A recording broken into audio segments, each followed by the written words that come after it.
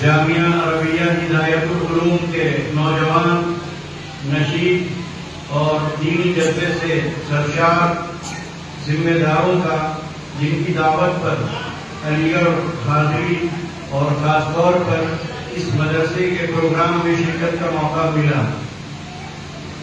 10:30 بجے جلسے کو ختم ہونا ہے، لہذا مختصر ترین انتہائی اختصار کے ساتھ میں اپنی بات ختم کرنا چاہوں گا۔ میں نے آپ کے سامنے قرآن کریم کی 2 آیتیں اور نبی علیہ السلام کے 2 ارشاد آپ کے سامنے رکھے ہیں۔ بس میں انہی کا ترجمہ اور مختصر سی وضاحت کرنے پر اکتفا کروں گا۔ پہلی آیت میں فرمایا گیا یہودیوں کو مخاطب کرتے ہوئے، ام کنتم شہداء، یا تم لوگ موجود تھے، اذ حضر یعقوب الموت، جب یعقوب علیہ السلام کے وصال کا وقت قریب آیا اور انہوں نے اپنے بیٹوں کو بلا کر یہ بات کہی کہ ما تعبدون من بعدی، ایک سوال کیا، ایک سوال پوچھا۔ باپ دنیا سے جا رہا ہے، اپنے بیٹوں کو جمع کر رہا ہے، باپ نبی ہے، وہی تربیت دینے والا، وہی تعلیم دینے والا، وہی نگرانی کرنے والا ہے، اور بچے بھی ایسے ہیں کہ ان میں بھی نبی کو ہونا ہے، لیکن وہ سب کو بلا کر دنیا چھوڑنے سے پہلے ان کے سامنے ایک سوال رکھتا ہے کہ ما تعبدون من بعدی، کہ تم میرے دنیا سے جانے کے بعد کس کی بندگی کرو گے، کس کی عبادت کرو گے، کس کی پرستش کرو گے، کس کے آگے ماتھا ٹیکو گے، کس کو اس کائنات کا چلانے والا قرار دو گے۔ بیٹوں نے جواب دیا، قالوا نعبد الہا، کہ ہم آپ کے معبود کی، آپ کے خدا کی عبادت کریں گے، وَإِلَٰهَ آبَائِكُمْ، اور آپ کے باپ دادا کے خدا کی عبادت کریں گے، ابراہیم، اسماعیل، اسحاق کے خدا کی عبادت کریں گے۔ یہ آیت حضرت مولانا علی میاں رحمۃ اللہ علیہ خاص طور پر جب پروگرام مدرسے کا ہوتا تھا، دینی تعلیم کے عنوان سے ہوتا تھا، تو عام طور پر یہ آیت تلاوت کرتے تھے اور اس آیت کی روشنی میں وہ یہ کہتے تھے، ہر باپ کی یہ ذمہ داری ہے، یہاں ہمارے جتنے بھائی بیٹھے ہیں ان کی بھی اولادیں ہیں، ان تمام لوگوں کی ذمہ داری ہے کہ اس وقت تک ان کی کمر یا ان کی پیٹھ قبر سے نہ لگے جب تک کہ وہ اپنے بچوں کی طرف سے یہ اطمینان نہ کر لیں کہ دنیا سے جانے کے ان کے بعد وہ کس کی عبادت کریں گے، جب تک وہ یہ اطمینان نہ کر لیں کہ ان کا عقیدہ صحیح رہے گا، ان کے اخلاق صحیح رہیں گے، ان کا کردار صحیح رہے گا، ان کے معاملات صحیح رہیں گے، شریعت پر یہ عمل کریں گے، فرائض کی پابندی کریں گے، گناہوں سے بچیں گے، نیکی کا راستہ اختیار کریں گے، حلال اور حرام میں فرق کریں گے، حرام کو چھوڑیں گے اور حلال کو اختیار کریں گے، شرک سے کس طرح بھاگیں گے، جس طرح کے آگ سے بھاگا جاتا ہے۔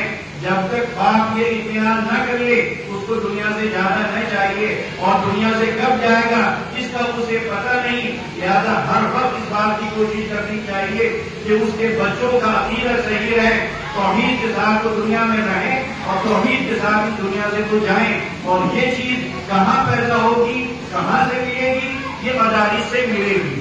تو پہلی بات۔ دوسری بات، یا ایھا الذین آمنوا، کیا کہا جا رہا ہے؟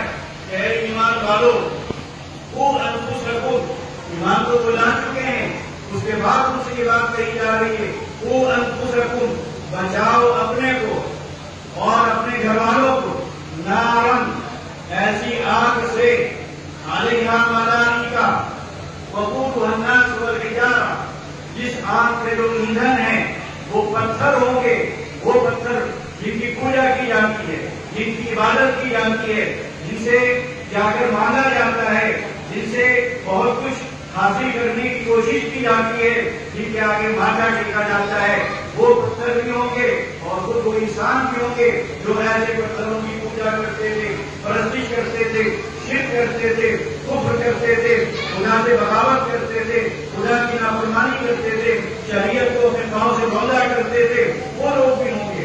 علیہا خلاف وہ ایسی آگ ہوگی کہ وہاں پر ایسے فرشتے ہوں گے مقرر، جن کی ڈیوٹی ہوگی، جن کی ذمہ داری ہوگی. اور وہ فرشتے کیسے ہوں گے؟ غلام، سب دل ہوں گے، شداد، سب مزاج ہوں گے، سب کلام ہوں گے، سب لہجے میں بات کرنے والے ہوں گے، سب کے ساتھ معاملہ کرنے والے ہوں گے. لا یعصون اللہ ما امرهم. اور اللہ تعالیٰ نے جو حکم دے گا کہ اس طرح عذاب دینا ہے، اس طرح جلانا ہے، اس طرح برس ان پر برسانا ہے، اس طرح ان کو سانپوں سے کسوانا ہے، اس طرح بچھوؤں سے ان کو ڈنگ مروانا ہے، یہ سارے کام وہ کریں گے جو کام اللہ تعالیٰ ان کو حکم دے گا. تو یہ آیت کی ہمیں پیغام دیتی ہے کہ ہمیں اپنے بچوں کو اس آگ سے بچائیں. یہ بھی ذمہ داری ماں باپ کی بنتی ہے.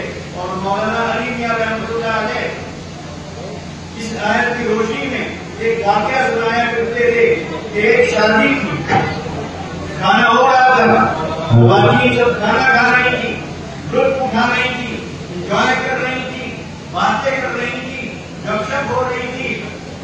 اسی میں ایک خاتون بے چین اور بے قرار نظر آنے لگی. اچھی بنی تھی، کھانا کھا رہی ہیں، ہنس بول رہی ہیں، وہ باتیں کر رہی ہیں، وہ مزے لے رہی تھی شادی کے اس پروگرام کا. لیکن اچانک ان کے چہرے کا رنگ بدل جاتا ہے، ان کی آنکھوں میں فکر مندی کے آثار نظر آنے لگتے ہیں، ہنسی ان کے چہرے سے غائب ہو جاتی ہے. تو عورتیں سوچتی کہ بہن کیا ہوا؟ ابھی تک تو آپ ٹھیک تھی، ہنس رہی تھی، بول رہی تھی، لطف اٹھا رہی تھی. اچانک ایسی فکر مندی، ایسی پریشانی، ایسی الجھن، ایسی گھبراہٹ، ایسا خوف، ایسی دہشت، کیا وجہ ہے؟ تو جواب ان کا سنیے اور اس جواب میں اپنے دل کو ٹٹولیے، اپنا محاسبہ کیجیے، اپنے گریبان میں وہ ڈال کر دیکھیے. وہ خاتون جواب دیتی ہیں کہ بہن جب میں گھر سے آئی تو میرا چھوٹا سا بچہ 6 سال کا یا 5 سال کا وہ سو رہا تھا اور میں تالا لگا کر آ گئی کہ آدھے پون گھنٹے میں واپس چلی جاؤں گی. اچانک مجھے یاد آیا کہ میں کچن کا دروازہ کھلا چھوڑ آئی ہوں اور وہاں پر ماچس کی ایک ڈبیا رکھی ہوئی ہے. اس وقت مجھے خیال نہیں آیا کہ ماچس کی ڈبیا کو اوپر رکھ دیتی. اب مجھے یاد آئی کہیں ایسا نہ ہو. اب اس کہیں پر غور کیجیے، کہیں ایسا نہ ہو کہ بچے کی آنکھ کھل جائے، کہیں ایسا نہ ہو کہ بچہ چلتے چلتے کچن پہنچ جائے، کہیں ایسا نہ ہو کہ وہ کھڑا ہو جائے، کہیں ایسا نہ ہو کہ اس کا ہاتھ ماچس تک پہنچ جائے، کہیں ایسا نہ ہو کہ ماچس کی ڈبیا کو کھول لے، کہیں ایسا نہ ہو کہ ماچس کی ٹیکری نکال لے، کہیں ایسا نہ ہو کہ ماچس کی ڈبیا پر ماچس کی اس ڈیری کو رگڑ دے، اور کہیں ایسا نہ ہو کہ آگ لگ جائے اور وہ جل جائے. آپ ہنسیں گے اس عورت پر، اس کی بیوقوفی پر، اس کی اس حماقت پر، اس کی اس سوچ پر، اس کی اس پریشانی پر کہ کیا خیالی باتیں کر رہی ہے، کون سا انتخاب دے گیا، کیا ایسا ایسا ایسا ایسا ہو بھی سکتا ہے. لیکن ماں کی محبت باپ نہیں سمجھ سکتا، ماں کی محبت کوئی غیر نہیں سمجھ سکتا.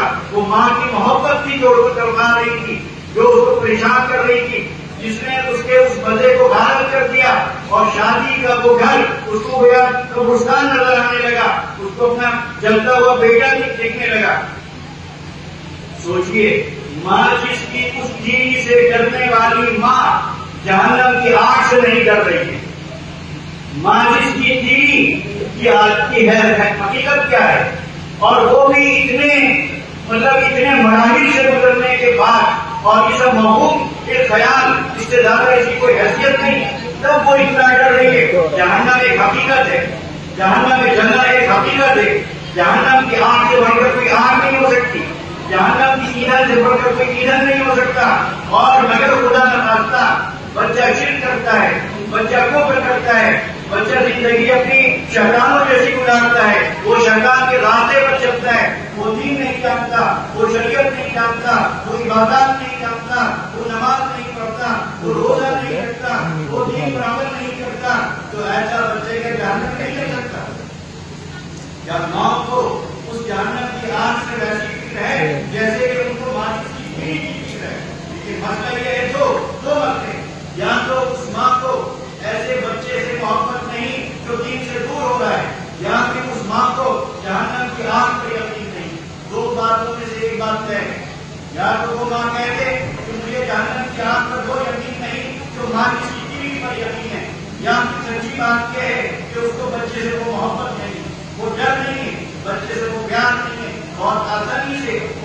جہنم میں ہی گھر بنانے کو تیار ہو گئے. اس کے بعد میں نے ایک حدیث آپ کے سامنے پڑھی.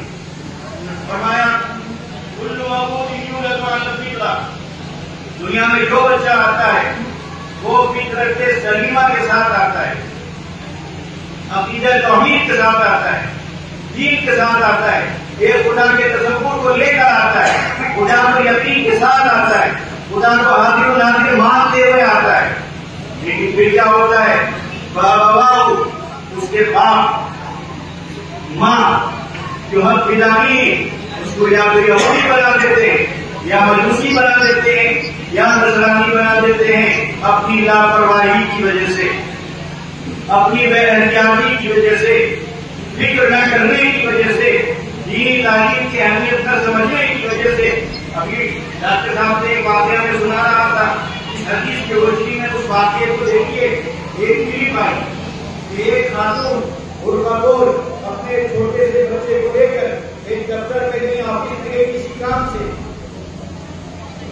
بھیڑ لگی تھی.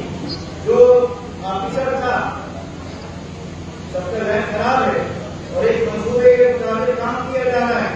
اس آفیسر نے بچے سے کہا السلام علیکم. بچے نے جواب دیا وعلیکم السلام. اس کے بعد آفیسر نے کہا جے جی رام کہو. بچے نے انکار کیا. چھوٹے سا بچہ، ذہن اس کا صاف ہے، ابھی تک اس کے ماں باپ نے اس کو خراب نہیں کیا. اس نے انکار کیا، ڈر کر ماں سے جا کر ٹکر گیا.